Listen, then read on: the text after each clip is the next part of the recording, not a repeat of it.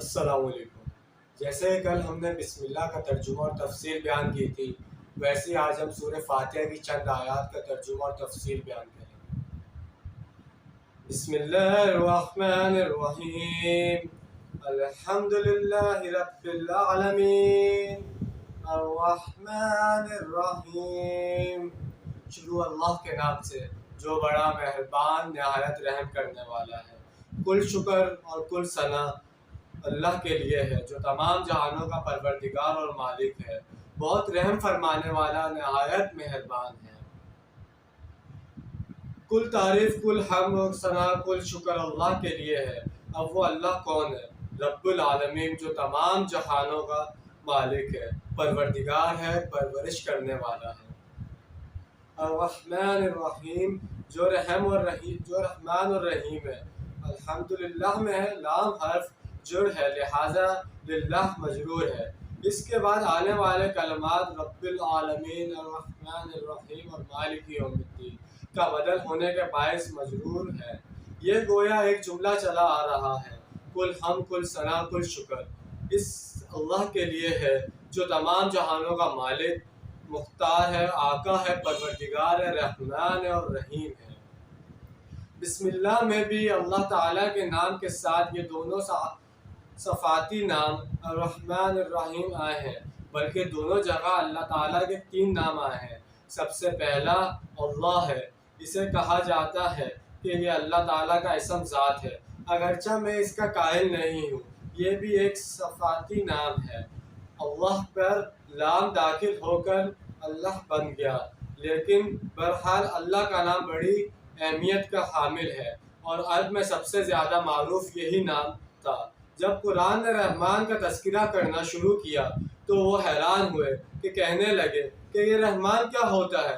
وہاں رحمان تب یہ کہا گیا۔ ترجمہ: اے نبی صلی اللہ علیہ وسلم، ان سے کہہ دو کہ اسے اللہ کہہ کر پکار لو یا رحمان کہہ کر پکار لو، جو کہہ کر بھی پکارو گے تو تمام اچھے نام اسی کے ہیں، یہ تمام صفات کمال اسی کی ذات میں موجود ہیں۔ رحمت کے مادہ سے یہ اللہ کے 2 اسما ہیں۔ ان دونوں میں فرق کیا ہے؟ رحمان فعلان کے وزن پر مبالغہ کا صیغہ ہے، چنانچہ اس کے اندر مبالغہ کے عرب جو اس وزن پر کوئی لفظ لاتے ہیں تو معلوم ہوتا ہے کہ اس میں نہایت شدت ہے۔ مثلا غضبان، غصے میں لال بھبوکا ہو شخص۔ سورہ العارف میں حضرت موسیٰ علیہ السلام کے لیے الفاظ آئے ہیں: غضبان اسفلہ، غصہ اور رنج میں بھرا ہوا۔ عرب کہے گا: انا عطشان، میں پیاس سے مر جا رہا ہوں۔ انا جوعان، میں بھوک سے مر جا رہا ہوں۔ تو رحمان وہ ہستی ہے جس کی رحمت ٹھاٹھے مارتے ہوئے سمندر کی مانند ہے، اور رحیم فعل کے وزن پر صفت مشبہ ہے۔ جب کوئی صفت کسی کی ذات میں مستقل اور دائم ہو جائے تو وہ فعل کے وزن پر آتی ہے۔ رحمان اور رحیم دونوں صفات اکٹھی ہونے کے معنی یہ ہے کہ اس کی رکعت ٹھاٹھائے مارتے ہوئے سمندر کی مانند بھی ہے، اور اس رحمت میں دائم بھی ہے، اور ایک دریا کی طرح مستقل رواں ہے۔ اللہ تعالیٰ کی رحمت کی یہ دونوں شانیں بیک وقت موجود ہیں۔ ہم اس کا کچھ اندازہ ایک مثال سے کر سکتے ہیں۔ فرض کیجئے کہیں ایک ایکسیڈنٹ ہوا ہو، وہاں آپ دیکھیں کہ کوئی ایک خاتون بیچاری مر گئی ہے اور اس کا دودھ پیتا بچہ اس کی چھاتی کے ساتھ چمٹا ہوا ہے۔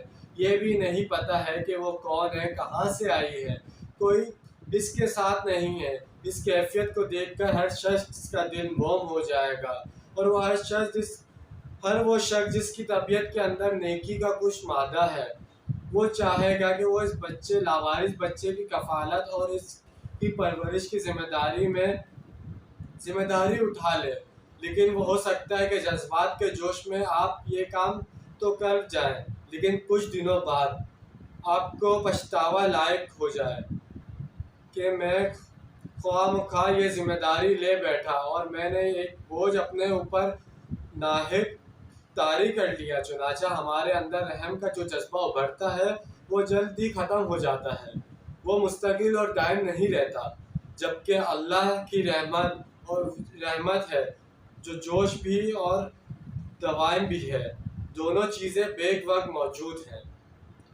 مالک یوم الدین، جزا اور سزا کے دن کا مالک و مختار ہے، وہ جزا اور سزا کے دن کا مالک اور مختار ہے، وہ مختار متعلق ہے۔ قیامت کے دن انسانوں کے اعمال کے متعلق جزا اور سزا کے فیصلے ہوں گے، کسی کے وہاں کوئی سفارش نہیں چلے گی، کسی کا وہاں زور نہیں چلے گا، کوئی دے دلا کر جھوٹ نہیں بولے گا، کسی کو کہیں سے متعلقہ کوئی مدد نہیں ملے گی۔ اس روز کہا جائے گا لمن ملک والیوم، آج کسی کے ہاتھ میں اختیار اور بادشاہی ہے، وہ واحد القہار، اس اللہ کے ہاتھ میں جو اکیلا ہے اور پوری کائنات پر چھایا ہوا ہے۔ اب دیکھیے گرامر کی روح سے ایک جملہ مکمل ہوا، الحمدللہ رب العالمین الرحمن الرحیم مالک یوم الدین۔ کل حمد و ثنا اور شکر اس اللہ کے لیے ہے جو تمام جہانوں کا پروردگار ہے اور مالک ہے، جو رحمان اور رحیم ہے، جو جزا اور سزا کے دن کا مالک اور مختار متعلق ہے۔ تو یہ چند آیات جس کا آج ہم نے ترجمہ اور تفسیر بیان کی، انشاءاللہ آپ سب اس پر عمل بھی کریں گے اور آپ سب کو سمجھ بھی آیا ہوگا۔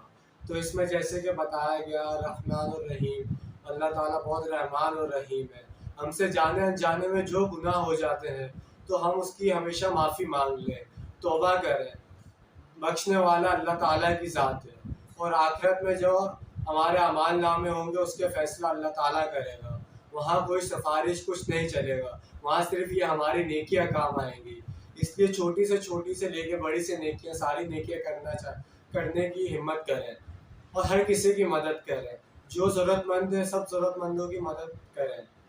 انشاءاللہ آپ کو آج کی ویڈیو پسند آئی ہوگی اور سمجھ آئی ہوگی، تو انشاءاللہ ملتے ہیں کل نئی ویڈیو کے ساتھ، اور اس کی باقی کی جو آیات رہ گئی وہ انشاءاللہ کل مکمل کریں گے۔ شکریہ۔